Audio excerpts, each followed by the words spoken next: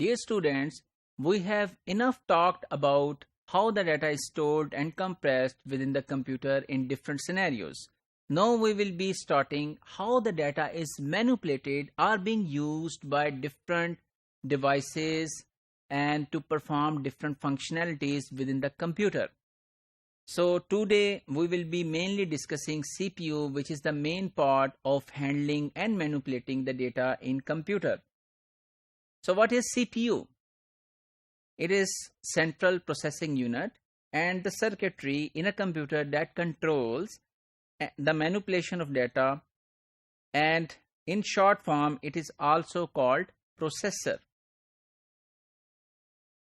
In the start of the computer science, in the mid-20th even, it comprises of large racks, so the size of the CPU was very huge. We have already learned in some of the modules. However, today you can find a processor of 2 by 3 inches connected to the motherboard, and in smartphones the size is as small as half of the postal stamp. So it is very smart CPU or processor available nowadays. However, as soon as we go inside the CPU, we will see that there are lot of complexities and there are lot of modules and components within the CPU. Let's see. So here is the CPU basics which we want to discuss. So we have a main memory, that is the RAM, random access memory. We have talked about it, and that RAM is connected with the CPU using a bus.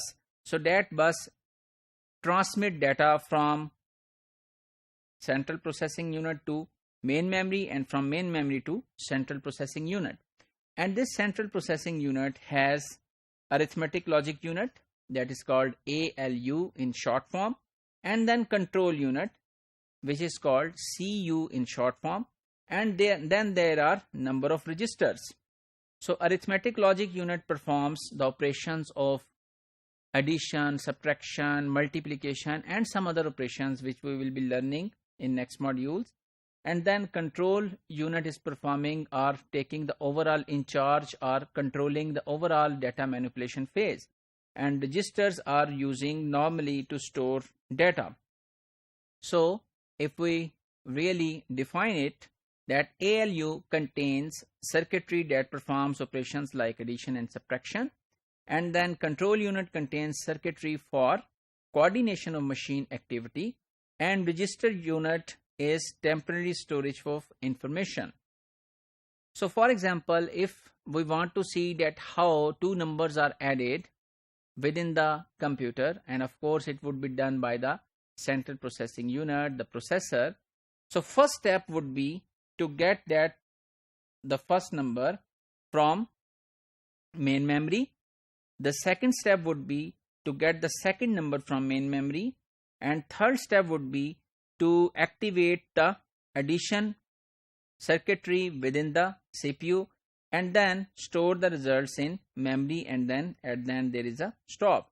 So whatever information we want to see, that is available in main memory. So in main memory, you know that there are certain addresses. So for example, this is 0 address, 1 address, 2 address, 3 and so on. So all of the information is stored here, and whenever that information need to be processed, that information is taken to this register. So first in the start, first value will be transmitted, and then second value, and then it will activate the addition circuitry, and then the value would be stored again back into the RAM, and then the stop. So these are the 5 steps that would be used to actually add two numbers using our processor. So if we summarize today's module, we have learned about CPU basics, arithmetic logic unit, control unit, registers, main memory, and we have performed a simple addition algorithm to really see that how it performs and how the data is manipulated within the computer